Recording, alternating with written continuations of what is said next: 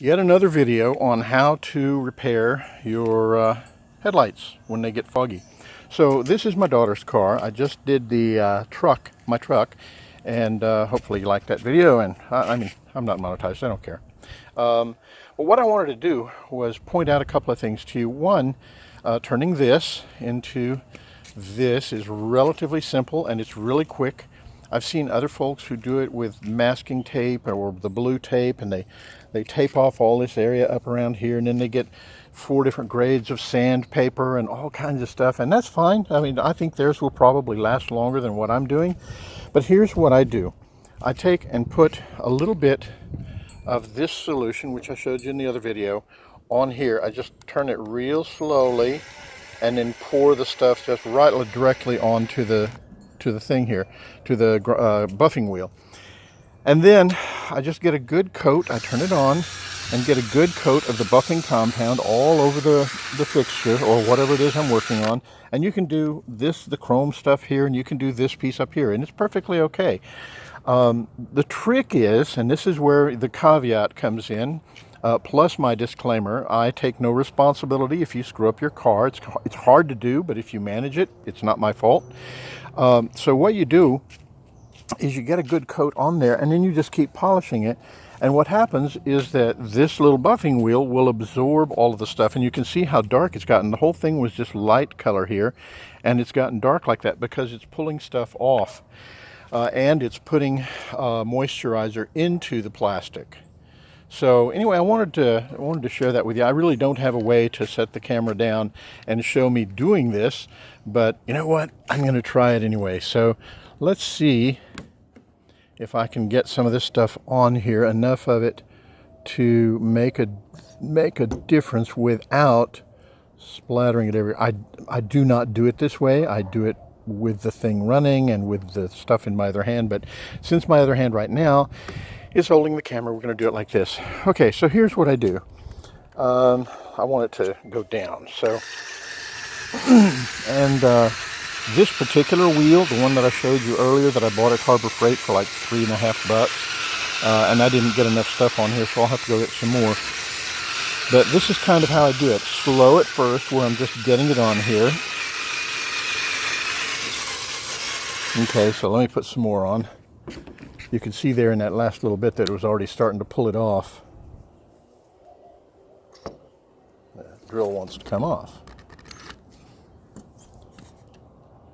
Now you can also put it directly on the surface. It doesn't have to go on this thing. I just found that it's less splattery, and it takes less of the substance, less of the polishing compound to do this. And be careful what you get. If you get a real heavily abrasive compound, it's going to scratch the heck out of your surface, and then you're going to be pissed off at me, and I didn't do it. This is, notice that it says fine cut cleaner. And notice down here that it says for small cuts between 0 and 5, whatever that means. So you want to make sure you get a fine cut cleaner and a nice buffing wheel. Do not get a grinding wheel unless you just have lots of money to throw away, in which case you should probably just have someone replace the lenses for you anyway. Whoops, I'm not really showing anything, am I? So this is pretty much the process. Then I speed up.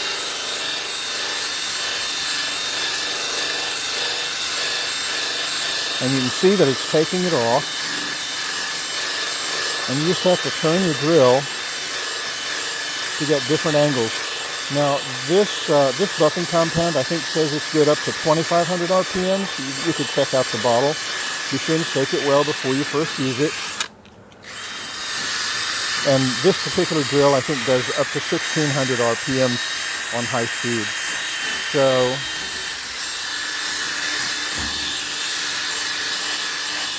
you can see, I apologize for the camera and the angles and all that stuff, but I'm really trying to watch what I'm doing and not so much focus on the camera. And I'm probably not going to edit this because that's not my gift.